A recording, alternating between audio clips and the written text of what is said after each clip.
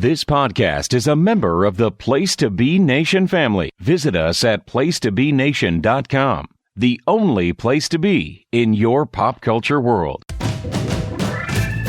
You are listening to Lucha Afterground. Hey everybody, welcome to Lucha Afterground, the world's premier Lucha Underground after show. This is the third time we've recorded the opening because we've had some technical problems. My name is Max, and joining me as always is Travis. Hey guys, how are you? Yes. I hope everyone is enjoying the Christmas spirit. Travis, pop quiz. If you scored, I'll give you a Lucha Underground character, and you just got them in a Secret Santa, so you have to tell me what you're going to get them for Christmas. It's a $20 limit. Okay, but feel free to go up to 25 if you really care about this person and you want to subtly communicate that. Yeah, I got it. Okay. Let's go with an easy one off the top. Dario Cueto. Just the dime bag of cocaine. Wow, nice. I also would have accepted liquor of any kind. Or a mirror, I guess, a small pocket. Yeah, a mirror. That's good. How about this one will be more difficult, I think. Okay. How about Pentagon Dark? Maybe some the sparkles or like dazzler, like a bedazzler set for his chest gear, yes. Spruce that up a little bit. Oh, I love it. I think you nailed it. Yes. Because, in some circles it would be bedazzled, but in other more hardcore circles they'd be like studs, Yeah, leather studs. Totally works. Yeah. And okay, this one's going to be, I'm going to try to think of the most difficult person to pin for this. Okay. How about Dante Fox?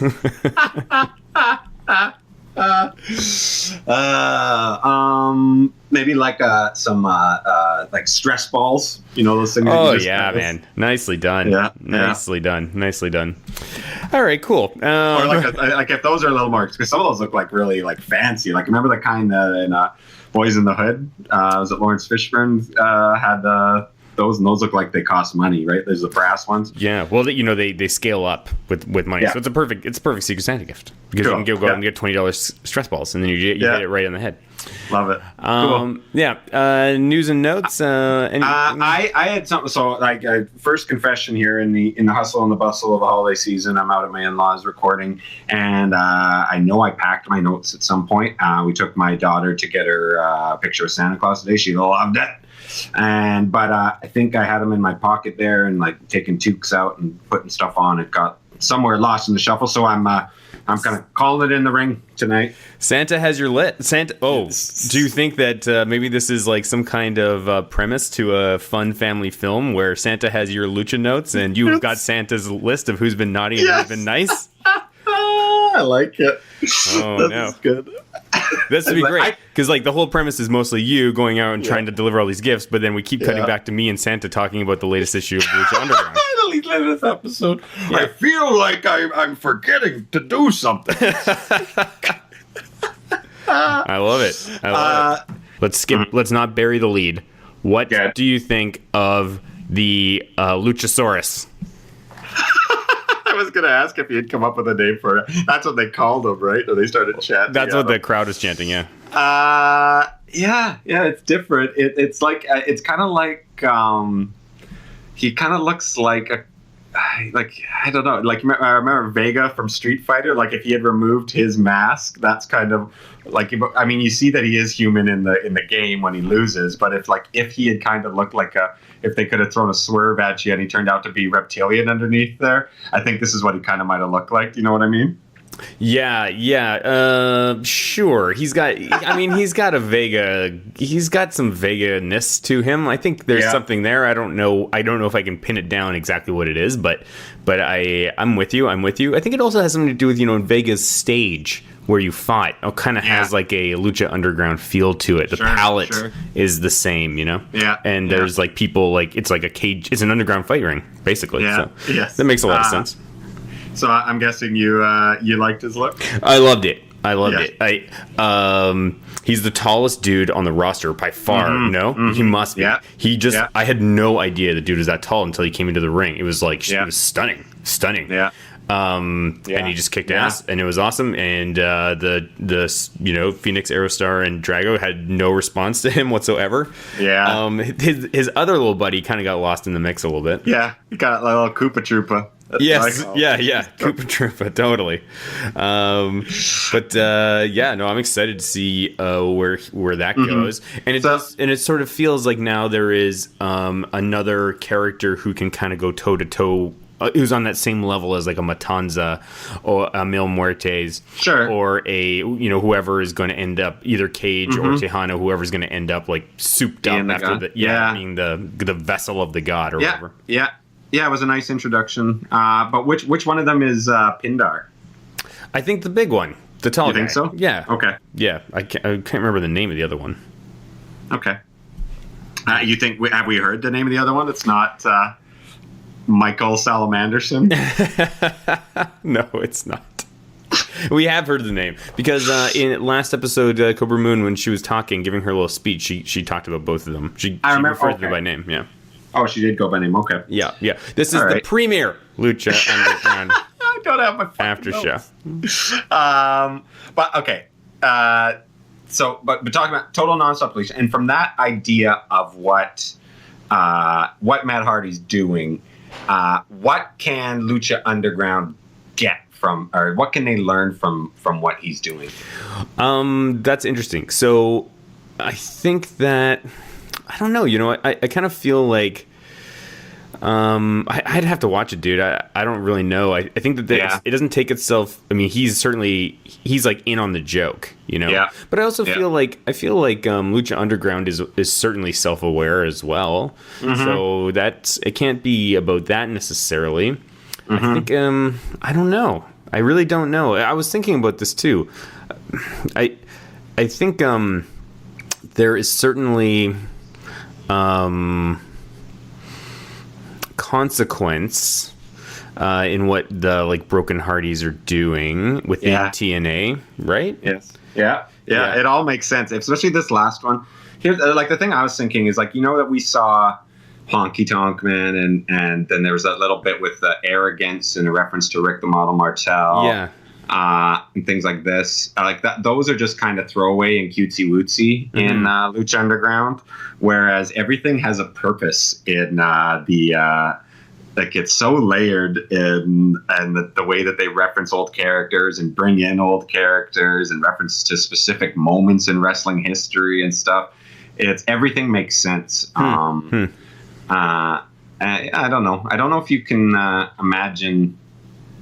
I just like. I think one of the best things about it, like it's been the best sort of storyline angle / gimmick or whatever this whole year. Yeah. But, like it's the only time I can think of where wrestlers have had full creative control over the match and the other characters and what they're doing, and that's kind of it. That's really exciting. Like that's kind of unheard of, and it can only kind of work in the whatever situation TNA is in right now that they would. Feel it was worth giving him this shot. And dude, like, I mean, like, I'm not giving anything away when I say it's heartwarming, but I said the ending's awesome. But just watching this guy with his brother and his wife and his son and his gardener, like, just have like the time of their life. They are having so much fun. And you do get a sense of like a different kind of camaraderie. Like I've talked about this with Lucha Underground, but I guess that's maybe something you do. Like, I mean, there's certain wrestlers who are, like Jack Evans is having a blast every time he's out there, and he's like, I don't know. I that's the kind of thing. You're right about like being self-aware and not taking yourself as seriously, and not maybe like here's the thing is not caring so much about production at times when there's. Yeah, you know what I mean? I do. I'm beginning to think about Lucha Underground, and I wonder if the fact that the matches are not live is hurting it in a way, because they do so much post-production that it makes it feel maybe too artificial. Yeah. Things like layering like the extra sound effects and stuff like that. Like, I don't know if that's necessary. I know you can't have as tight control over like, 44 minutes or whatever the whatever it is, 46 minutes. But it's like it definitely loses a little something with all those edits, and every time they do one, like every time there's a match, and then like they set up some tables, and then they cut, and now all the tables have been broken, and you're like, what happened? You know, it's just like you don't feel, it takes you out of it. You don't feel like it's as natural. Maybe I don't know. I don't know, but I have beginning, and you know what there's also that light leaking in from the goddamn windows at the top of the temple. You can't shoot that stuff in the middle of the day. Like What's that? Yeah, I'm beginning to think it's always been like that. You're just starting to notice that. But I've noticed it almost like every episode. Yeah, it's so annoying because it just immediately takes me out. Now I can see the parking lot. Now I can see, I can just picture it all in my head as this production. Like a Carl's Jr.'s sign or something. That's what I imagine. Yeah. Yeah, totally. The other thing too, that is. That I think, because I can feel my own enthusiasm for Lucha Underground waning a little bit. I give them the benefit of the doubt that this is all going somewhere. But I was thinking about where did my enthusiasm go from like season 1 and 2 to now, and I think it has something to do with, and we talked about this a little bit last week, but I think that the sense that there actually is, this is all heading in an actual direction, and that there is consequence is kind of beginning to fade away for me a little bit. That it is going into that sort of endless soap opera state that wrestling finds itself in constantly. Yeah. At the beginning, it felt like there was consequence, and it felt like all these stories were well thought out, and that they had arcs, and that they were going places. And now it feels much less like that. I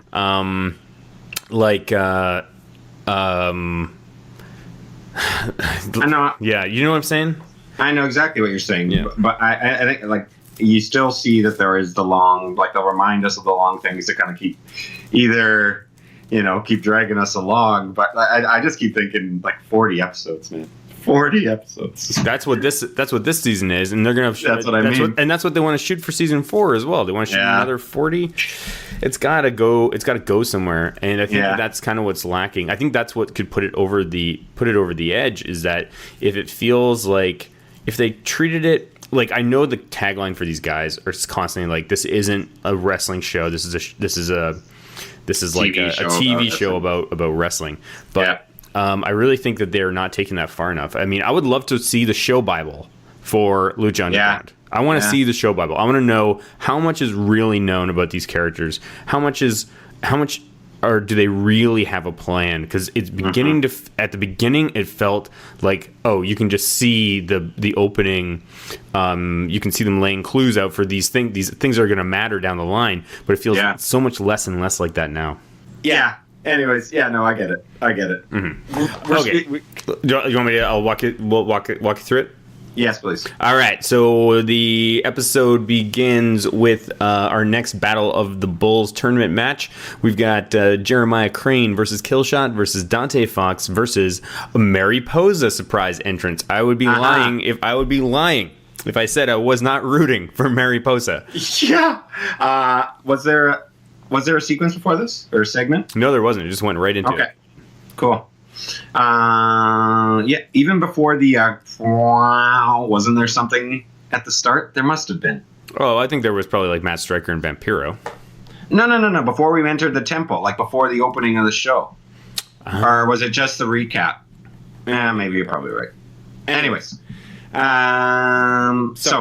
This match. I loved. I mean, when she started throwing the chairs and stuff. Okay, before we get this grand question, we liked the first Battle of the Bulls match more than the second one last week. Which one did you prefer this week? Well, let me just say. That's a good question. I mean, I think the overall match, I enjoyed the first one better, but I loved the ending to the second one. Loved it. LOVE capitals all across, man. That was so good, so smart, such a smart ending.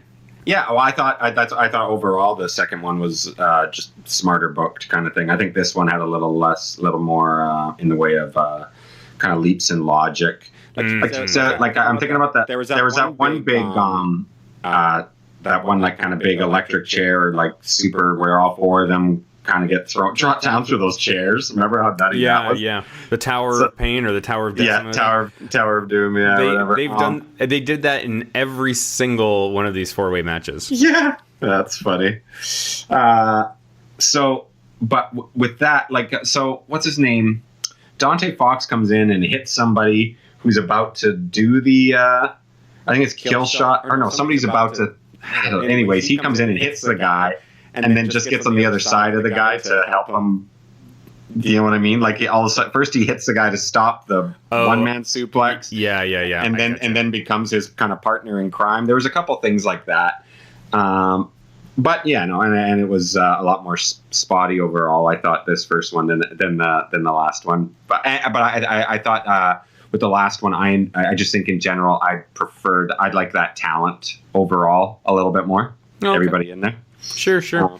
I don't know. I thought I really like all these performers except for Mariposa, which is funny because I don't have anything against her as a performer or anything, but just her as a character. This was a big episode for Mariposa. Actually, she had quite a bit going on here. She even got a cheer. She got a chant. Yeah, they were chanting for her.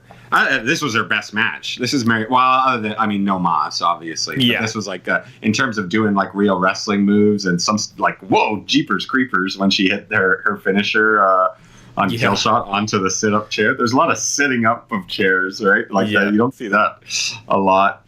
I loved. There was that one spot just before that. Just before Dante Fox.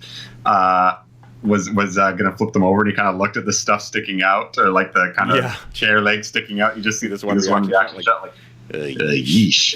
Yeah, this could go right into my spleen. Yes. It had a lot more in way of those kind of nasty chair shots and lots of boots. I was noticing lots of boots in that one, right? That opened with everybody kind of kicking each other, right? Yeah. And Jeremiah Crane does work a good boot. I think I've been really impressed with him since he started. Yeah, me too. His finisher in this one wasn't as devastating as the one he pulled off in Aztec Warfare 3. Yeah. Which was just absolutely mind blowing. But overall that was good. I'm totally fine with Jeremiah Crane going on. Mm-hmm. I loved the sequence at the end with Killshot wailing on Dante Fox, even though he was beaten, and it's sort of like, he has this moment where it's like, all right, I'm done trying to be your friend or whatever. Like, this is like you're my hated rival. It's sort of like stamps blood feud. Yeah, totally. So I'm excited to see that. I'm sure they'll have a match at Ultima Lucha Trace.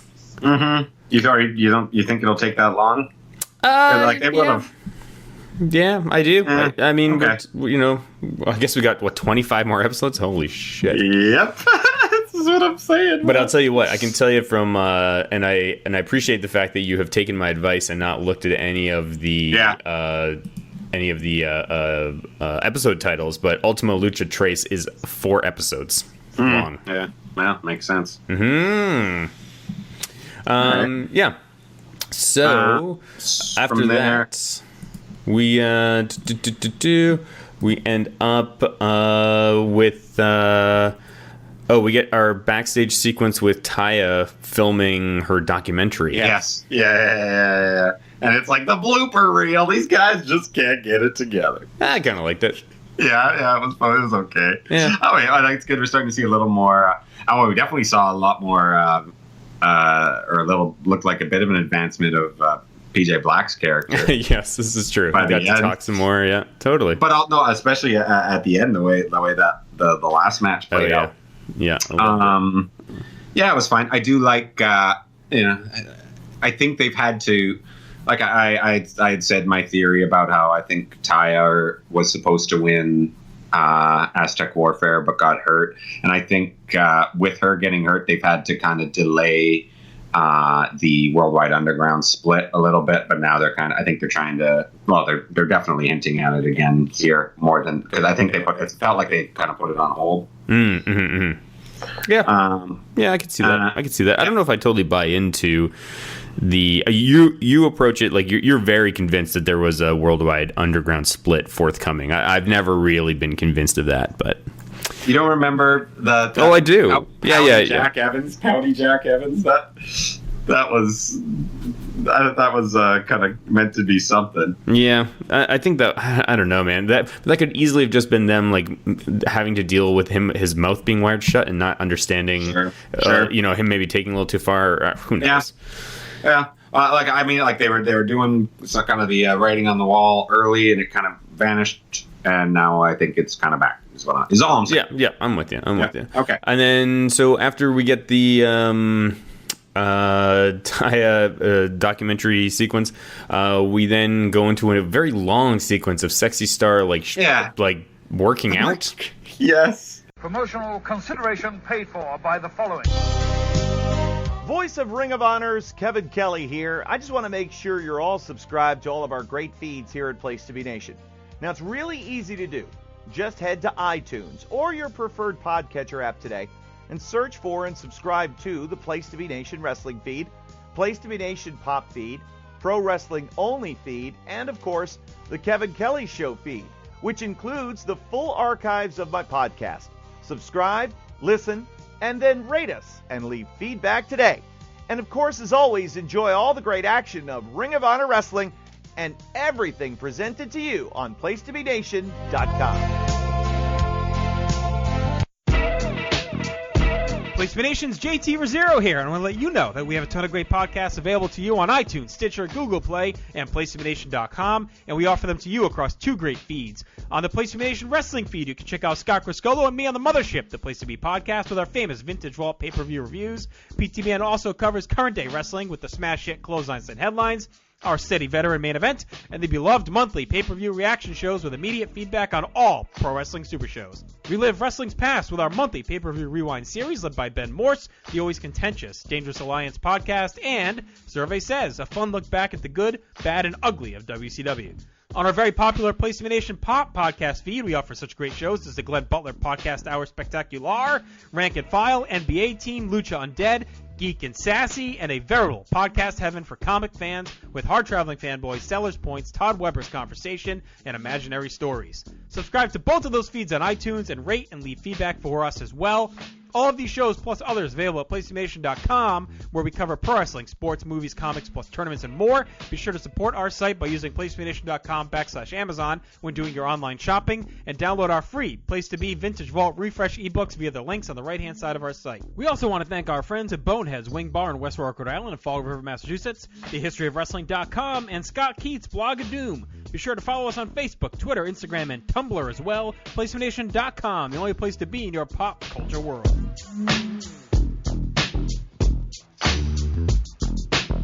The PWO PTBN feed has changed its name. Now it will be known simply as Pro Wrestling Only, so it should be easier to find and indeed to say.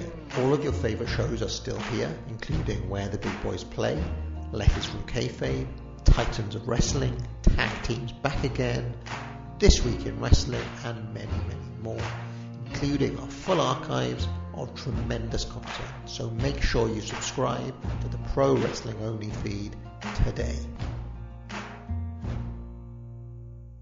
Okay, so that Sexy Star segment is literally, I don't know, how long was it? Like 3 minutes? It felt like it. It did. Probably a minute and a half or something, but maybe they felt like they needed, you know what, let's put some sexy back in the star here. In the temple. Yeah. I don't know. I don't know. If it was all just to be that last reveal that someone put a spider in her locker, like that could have been done in 2 seconds. Yeah. 2 seconds. It was literally 2 minutes from the beginning of when we cut to her working out to when she discovers the spider. So it's like a little over, the whole thing was a little bit over 2 minutes for whatever reason. Yeah, I don't know. I think it was too long. Yeah, it was too long. What was after that? After that, well, let me ask you, who put the spider in Sexy Star's locker, Trav? Sorry, I mean, like we do see later. I was going to talk about when she runs into Mariposa later, and Mariposa says that it wasn't her. But by the way, there's problems with that scene because Mariposa's already been in a match earlier in the evening, and now she's back in her like kind of half wrestling gear and white t-shirt and back to just kind of twirling her hair. When, come on, you got to be nursing your wounds, busted up a little bit, at least kind of, or something like that. So there's some. I think it's a bit of a continuity here, actually. There you go. Who do you think? Sexy star, huh? I don't know. Maybe a new character. Maybe Jeremiah. Yeah, I could see that being a Jeremiah thing. Mm-hmm. After that conversation with Katrina, right? Yeah, sure. I'm down. I guess, yeah. There's no spider like themed wrestler yet. No, but not there yet. Could be. Not yet. Nightclaw. It was Nightclaw. Yes, it's definitely Nightclaw. Yeah. God. Okay, so then after the weird shadowboxing spider sequence, we end up back in the ring for Cobra Moon versus Drago. Now, I gotta say that Cobra Moon deserves, I think, a little bit more credit than she gets for what she's doing there. She is really pushing like the snake movements and stuff like this, and you know, we've talked about it before. I mean, I think it's obvious to anybody who watches a lot of wrestling that she is probably not the most dynamic in-ring performer, but I really got to give her props for really like embracing the character and adding all those snake-like movements and stuff to it. Like that's not easy to do. You look at, like, I couldn't point to Drago and be like, oh yeah, he wrestles like a dragon. But I can point to Cobra Moon and say she wrestles like a snake. Yeah. Which is what that's her gimmick, man. That makes sense. Yeah. So, anyways, just wanted to throw that out there. Cool. So, anyways, they go back and forth a little bit. You think? I thought it was mostly. It was about to be a squash. Like what's his name? Drago was really dominating in this match. Yeah, totally. And then the boys showed up. That's the way koopa-troopa should end. So the one guy, the guy who looks like a koopa-troopa, comes in, and or is it more like a Hammer Brother? I should say Hammer Brother. He looks like a Hammer Brother. Sure. Either way, he comes in and he starts beating down Drago, and then in rush Phoenix and Aerostar to save the day. They dispatch the koopa-troopa Hammer Brother, the Mushroom Kingdom turtle guy, and then Cobra Moon like does some weird chanting or something, and it summons Pindar, who is the tallest dude in the history of Lucha Underground, I'm sure. And it's just such an interesting look. The guy is so wiry, but he's also so tall, and he looks just so strong. He absolutely Roman Reigns. Yeah, he absolutely crushes both Aerostar and Phoenix. Phoenix would come out, Yeah, and he just walks away looking absolutely dominant. And how cool is that mask? God damn. It looks very real. Yeah, it is solid stuff. See, I love that go for it with that goofy shit and stuff. But at the same time, when I do see that, like, it's kind of like if you freeze frame some of what was in that match, and just kind of like, hey, here's the show I watch. That's kind of people. So you watch it with your daughter. So it's like but I love, hey man, creative risks. I'm all about creative risks. Totally. Even if you do fall on your face. And you'll notice that they, at the end of that sequence, they actually kidnap Drago. Oh yeah, they take him away. So maybe he's going to come back. So here's my guess. Eventually, we're going to have a trios tournament coming up here. We're going to get Pindar, the Koopa-troopa, and Drago will be like brainwashed. Maybe that's my guess. Yeah, well, Drago still has the belt for the other the other guys, right? Yeah, you're right. I think you're on the right track. So it could just lead to like a betrayal with them, right? Something like that. Yeah, totally. Oh, so this is what you do. You put Aerostar, Phoenix, Drago in one match versus Cobra Moon, Pindar, and Koopa-troopa, and then you have Drago turn on them in the middle of the match. Boom. Yeah. Sounds good. Mm-hmm. And then you can have a three-way in Ultima Lucha Trace, Aerostar, Phoenix, Drago. Boom. Mm-hmm. Maybe. Well, I guess that doesn't quite work. Something.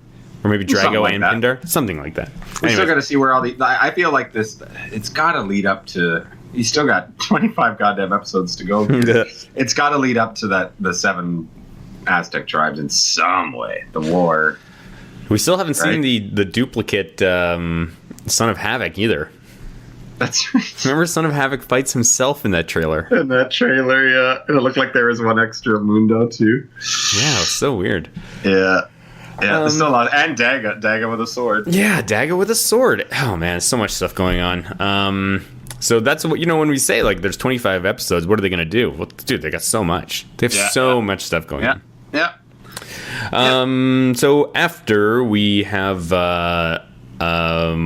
after the whole kidnapping of Drago situation happens, we then get Sexy Star confronting Mariposa in the hallway backstage about the spider. And we talked about it already, that basically, maybe some continuity stuff there. She declares her innocence. Yeah. And I would believe her. Me too. Yeah, we believe her. So, you know. And then we're back in ring for our final Battle of the Bulls. PJ Black versus Son of Havoc versus Jack Evans versus Angelico. Mm-hmm. What did you think? Yes, I liked it. I liked this one quite a bit. Or I liked it more than the first one. I went 3 stars on it.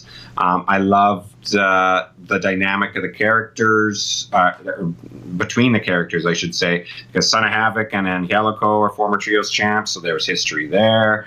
Then there was the dissension kind of that started early and then got paid off at the end between PJ and Jack Evans, and like early when he kind of went for a quick pin on it. I think it was Jack Evans went for a quick pin on PJ kind of thing, and he kind of points at him. Yeah. But they kind of got back on the same page after that. And there was just, it made a lot more, the move made a lot more sense. It wasn't as spotty. And, really good finish. I love that kind of double stomp that Son of Havoc does off the top there. Mm-hmm.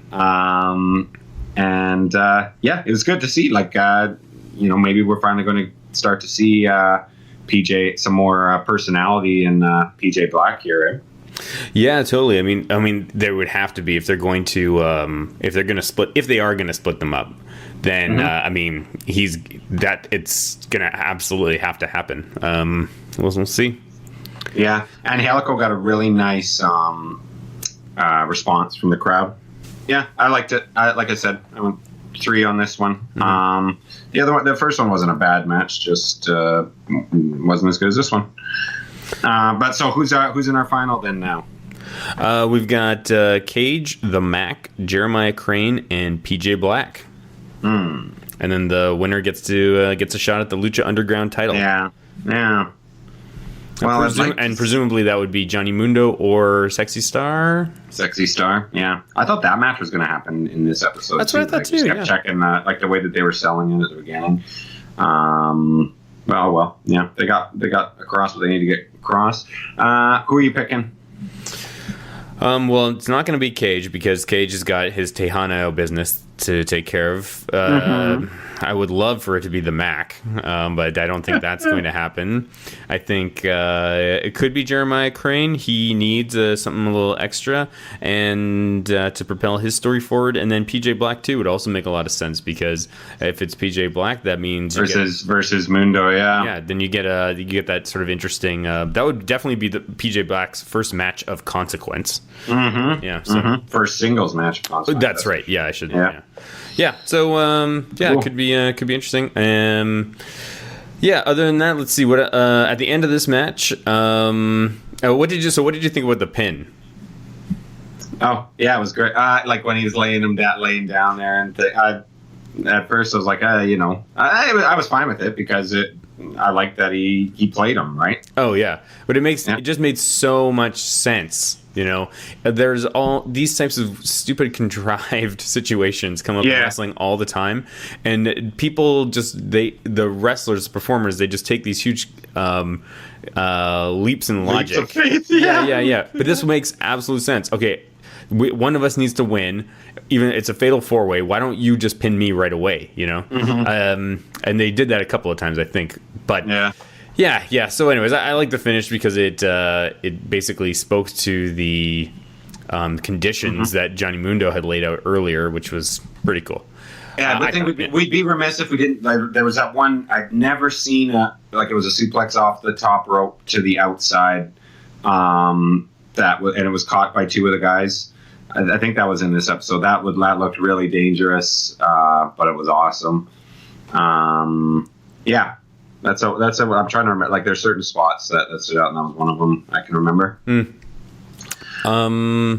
I can't remember off the top of my head. Sorry about that. Yeah, it's okay. And then after the match, we get Dragon Azteca Jr. coming to visit Rey Mysterio, who is just sleeping in his gear. He's at some sort of in his homeotherapy. Yeah, he's in a spot. Totally. Yes. In full gear. Yeah, absolutely. And we just get the sort of like typical conversation between mentor and student. You know, we see this is a trope that we see all the time in Aztec or in Lucha Underground. The student is saying he's ready, and the master saying you're not ready, and the student saying no, I am ready. Yes, yeah, and then walking away. And so we see that all the time, and it never works out well for the student. You know, yeah. But they had to do it if they're wanting to show. Whatever, like this, it is accomplished what they're trying to do with their story, right? He's no longer. Now we know that he's kind of going rogue. Yeah, totally. And we could see. I mean, it's good when you break them apart like that. Then it opens up more possibilities for all sorts of different things. So we'll see what happens. Yeah, see what happens. And it gives you a possibility of them. One of the possibilities is they have to, have a feud. Yeah, totally. Okay, next week, the episode is... it is called The Battle of the Bulls. And here's our description. The tournament winner gets a title shot against the winner between Johnny Mundo and Sexy Star. Okay, so I guess we'll have our tournament final next week. And here's a great one. Drago's fate is revealed. All right. Very good. So it should be good. Looking forward to it. Now, next week. I wonder if she's gonna dress him up. You know what I'm saying? Throw some of that fancy gold on him. Some new gear or something. Could be cool. I'd be down. Are we gonna do this next week, or are we gonna take a break and come back in 2 weeks? Well, I'm in Calgary. I mean, I do plan on recording with Kelly one last episode while I'm there too. So. If you can fit in, find some time. It's up to you. And we can kind of call it on the fly, see how things go. Okay. Yeah. Well, let's call it on the fly. Sounds good. We do want to quickly give a shout out to Rios, Mr. Cortez, who retweeted us. He likes our idea of the Lucha City Nights spin-off. So we'll see where that goes. You know what I was thinking about that? I had one more thing I wanted to say about that is that Honky Tonk Man's character within the Lucha Underground universe would not have to change at all. Yes. You know what? All right. Like that's just like he's probably. I think I could put him in charge of like the evidence room. They have to go to. I see. Yeah. Oh, so you want to take Honky Tonk Man's character. Yeah. And put him in. He only shows up like one every 5 episodes. There's definitely have to go to the evidence locker. And every time he's pulling out evidence, he also includes at the end one giant key. Yeah. Like, where are all these keys to the point. Yeah. And the crowd responds like with warm applause. Yeah, one giant key. Yeah. One giant key. It's the dynamite. It is. Yeah. Fun stuff. Awesome. Cool. All right, man. We'll be here next week, maybe. But if we are, the question is, will you join us?